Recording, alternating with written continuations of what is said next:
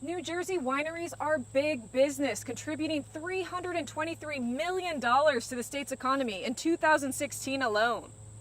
However, some winemakers argue that outdated regulations are making these wineries hard to find for tourists and causing them to lose potential business. Currently, New Jersey prohibits signs on federal and interstate highways for businesses that don't meet certain criteria.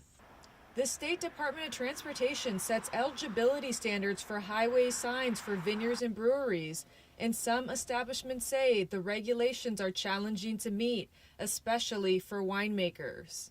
John Cifelli, general manager of Unionville Vineyards on Rocktown Road in Ringos, has seen this happen firsthand. I think any winery that doesn't have that opportunity is at a competitive disadvantage, not only in the state, but you think about statewide what we have as far as marketing goes, roadside marketing for wineries and for agritourism, and it's just not on par with what they have in places like New York or Virginia, where the state tourism entities are very much focused on promoting beverage tourism and agritourism, and that you can find signage saying you're in wine country. You don't have that here in New Jersey.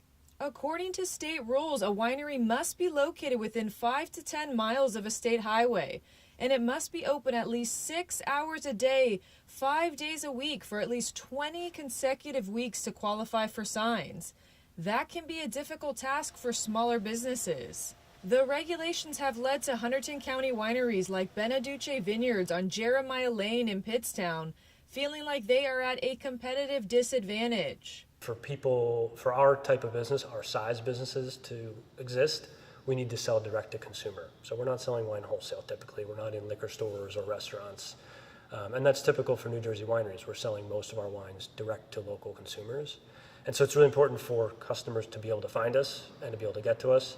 And maybe people that haven't heard of us to drive by us and see a sign that says, hey, half a mile down the road, there's a winery, come check it out. That could be a big portion of our business that we're missing right now. The New Jersey Department of Transportation issued a prepared statement in response to PBS 39 News Tonight's inquiries regarding the sign rules.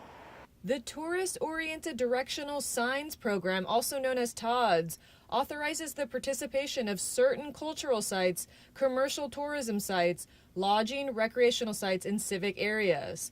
All facilities in the program must satisfy general accessibility, and all signs must comply with the Federal Manual on Uniform Traffic Control Devices requirements. I am not aware of any discussions to substantively change either program. Beneduce says he has been talking to state lawmakers about relaxing the regulations so winemakers can qualify for signs. The setbacks are to a business, a program like this, what's holding them back from doing it? It seems like it should be something that everybody's on the same page. I know that the tax revenue derived from wineries could more than pay for a small program like this. The TODS program, like I said, has definitely its faults, but it's a good place to start. So I hope that we can kind of take a look at that and decide if we want to move forward with altering that or just start a whole new program specific to wineries. And I don't think we need to recreate the wheel. You look at any of these other neighboring wine regions, they have it set up, it's successful, and so all we got to do is just borrow ideas from them. But I think really more importantly, it would be great for the industry. Like I said, it's a fast-growing segment of the economy. It's a great industry.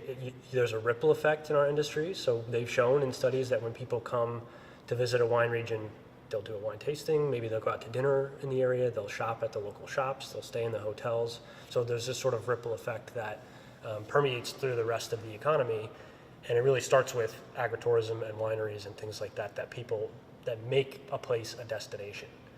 In Ringos, New Jersey, Erica Andrews, PBS 39 News Tonight.